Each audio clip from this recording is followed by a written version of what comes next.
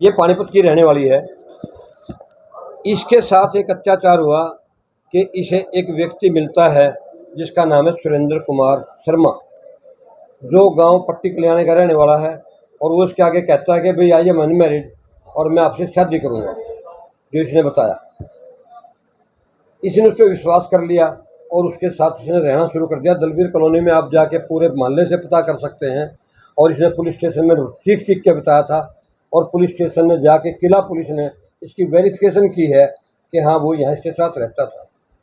उस आदमी ने क्या किया, इस लड़की ने अपना 12 लाख में वहाँ पे एक मकान खरीदा, तो उसने लिखवाया रजिस्ट्री में Preeti Verma wife of Surendra Sharma, admit किया, उसने इसको वाइफ मान लिया।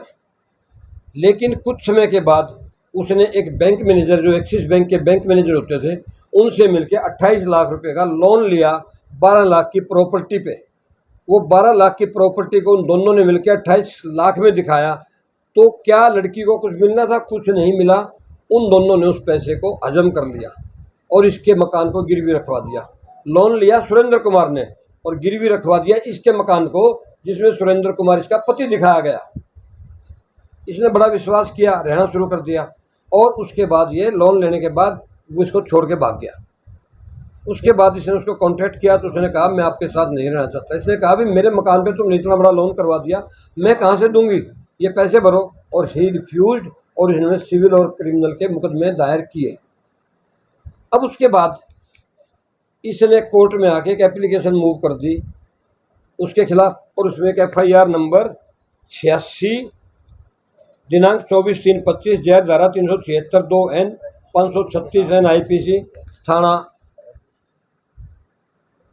थाना किला में दर्ज हो गई इसकी तरफ से। अब उस आदमी की मुलाकात, दोनों की बैंक मैनेजर और उस व्यक्ति सुरेंद्र शर्मा की मुलाकात किला चौकी के इंचार्ज और किला चौकी की एक लेडी पुलिस, जिसको मैं सुशीला के नाम से मुझे याद आता है, उसके पास पहुंचा सारा मामला। और सुशीला ने इसको कहा कि चलो तुम्हारा मैं मेडिकल करवा के लाती हूँ, लेकिन वहाँ जाके रिफ्यूज़ लिखवा दिया कि मैं नहीं करवाना चाहती मेडिकल। और कहा कि भाई अब इसको हम गिरफ्तार नहीं कर सकते।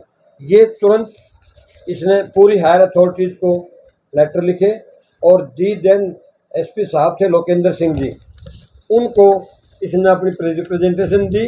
तो उन्होंने इस एप्लीकेशन पे लिखा है अरेस्ट द एक्यूज, और हमारे सामने ये कहा क्या तुम मुलजिम को डिफेंस कर रहे हो।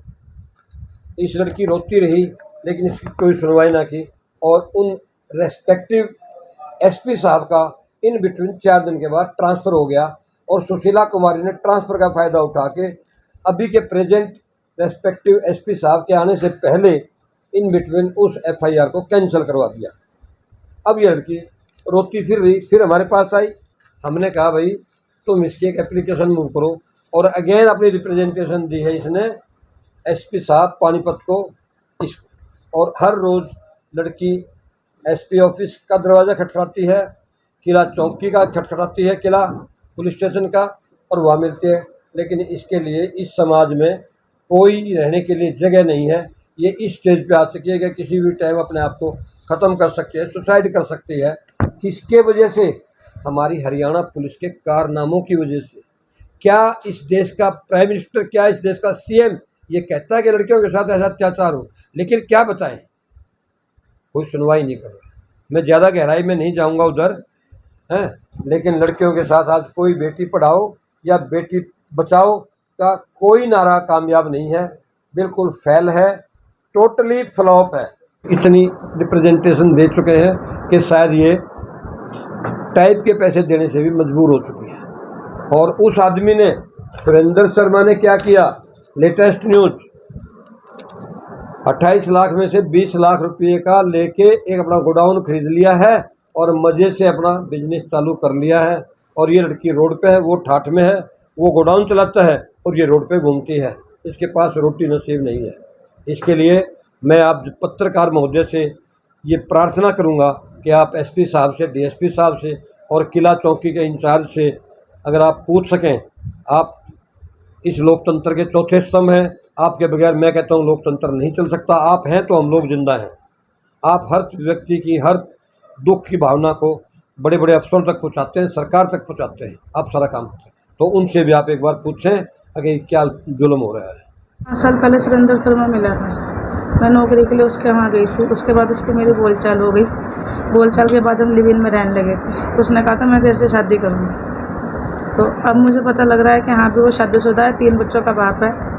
और जब मुझे अपना मकान लेना था, मैंने उससे कहा भी मतलब मुझे अपना मकान लेना है, तो उन्होंने मेरे मकान में अपना बतौर मतलब मेरा पति बताया अपना आप को। मेरा आधार कार्ड चेंज करवाया, रजिस्ट्री में मेरा पति है वो। मैं उसके गाँव तक भी गई हूँ, वहाँ पर भी कोई फ़ायदा नहीं हुआ। यहाँ पर आके दिसंबर से धक्के खा रही हूँ मैं, पहले महिला थाने में, फिर अब किला थाने में। किला थाने जाने से क्या पता लगा वहाँ पे? कहाँ पर? गाँव में जाने से पता लगा था कि वो उसके 3 बच्चे हैं, शादीशुदा है। तो मुझे ये नहीं पता था कि वो शादीशुदा है, ये पता था कि पट्टे का लेने का आएगा, वो वहाँ रहता है।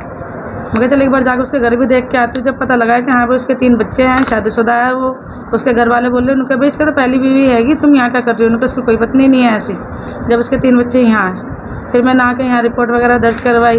फिर वो रिपोर्ट महिला थाने किला थाने में गई। किला थाने में से वो है मैडम एक सुशीला, उसके पास गई थी। उसने मेरा वहाँ पर्चा तो पहली बात तो दर्ज नहीं कर रही थी, दर्ज कराया तो मिली भगत से उन्होंने फिर वो कैंसिल कर दिया अपने आप ही, जिसकी मुझे कोई जानकारी थी ही नहीं। रजिस्ट्री किसके नाम से? रजिस्ट्री मेरे नाम है, लोन उसके नाम है। ये लोन कैसे फिर करवाया जब रजिस्ट्री आपके नाम से है? वो पति बना था मेरा, उन्होंने अपना काम दिखाया है, अपना गोडाउन दिखाया है शिवनगर का, रामनगर के पास है, बड़े लाइन के पास उसका गोडाउन था। उन्होंने अपना गोडाउन दिखाया है। यस बैंक जो मैनेजर था, और एक वो है सोनू शर्मा और मोनू शर्मा, ये दोनों भाई हैं, वो इसके दोस्त हैं। उन दोनों ने लोन करवाया था। यहाँ भी पति पत्नी बता देते हैं और मकान हो जाएगा, जिसमें कि मकान 20 लाख का था। 12 लाख मुझे लोन की ज़रूरत थी, 8 लाख मेरे पास थे तो मैं दे चुकी थी। कभी मकान वाले के 3 लाख रह गए हैं, बाकी के मैं दे चुकी हूँ उसको। सुरेंद्र शर्मा आया था मेरे पास, मेरे घर से पैसे लेके गया हैगा। उनने कहा था मैं किस्त भर दूंगा तो बाई हैंड दे दूंगा। मेरे पैसों के ले जाके उन्होंने गोडाउन खरीद लिया। ना यहाँ बोलचाल है ना कुछ है। पुलिस वालों को पैसे दे दिए, उसने उधर से जाके वो ख़त्म कर दिया मामला। इस मामले में एसपी से भी बात की? हाँ जी हुई है। एसपी सर ने ऑर्डर दे दो उसे अरेस्ट करने की, उसे अरेस्ट नहीं कराएगा। एसपी सर यहाँ से चले गए थे, उसके बाद दूसरे आए, उनके आने से पहले ही ने कैंसिल कर दिया था पर्चा। थाने में मैं कई बार गई हूँ, वो कोई सुनवाई है ही नहीं। एसएचओ भी नहीं सुनते, और तो और कह देते हैं कि मैडम हमने तो पहले कह दिया था आती ये पर्चा कैंसिल करो, खाली एक मेडिकल के पीछे। मगर सर मगर जब मैंने कहा था कि मेरे मेडिकल करवा लो और सुशीला मैडम ने नहीं करवाया तो इसमें मेरी क्या गलती? मगर तुम अब करवा लो। उस पर भी एग्री नहीं हो रही है कि मेरे से ही कहती है खा कसम कि मैंने पैसे खाए हैं। अरे मैं किस चीज़ का नेम खाऊँ, मैं किस चीज़ का कसम खाऊँ? भी नेम तू खाएगी, पैसे तूने खाए, मैंने थोड़ा ना खाए। अब क्या चाहते हो? मैं ही चाहती हूँ उस पर कार्रवाई करी जाए। उन्होंने मुझे परेशान करा है, मेरी इज्जत के साथ खेला है, खिलवाड़ करा है। उसके चक्कर में मेरी मम्मी मेरे भाई सब ने मेरे से बोलना छोड़ दिया। जितने मतलब यारे प्यारे थे, भाई बहन थे, गली मोहल्ले के थे, कोई बात नहीं करता, कोई चीज़ नहीं करता। मैं अकेले क्या करूँगी? 7 साल की मेरी लड़की अडॉप्टेड, मैं कहाँ लेके जाऊँगी उसको? अपना भी तो कोई होना चाहिए ना। उसके चक्कर में मैं सबसे लड़ी, लास्ट में वही मुझे छोड़ के चला गया। वो तो अपनी फैमिली में खुश है, अपना काम कर रहा है, अपनी फैमिली में भी है, बच्चे भी हैं। एक लड़की को डॉक्टर बना रहा है, एक लड़की को पुलिस वाली बना रहा है। मेरे बच्चे को क्यों सड़क पे ले आया? अरे जो मेरा है तो मेरा वो दे देता, बात खत्म हो गई। तुझे रिश्ता नहीं रखना तो मत रखता, पैसे भी तो काम नहीं करता ना। तो कितने बच्चे हैं आपके पास? मेरे पास एक लड़की है 6 साल।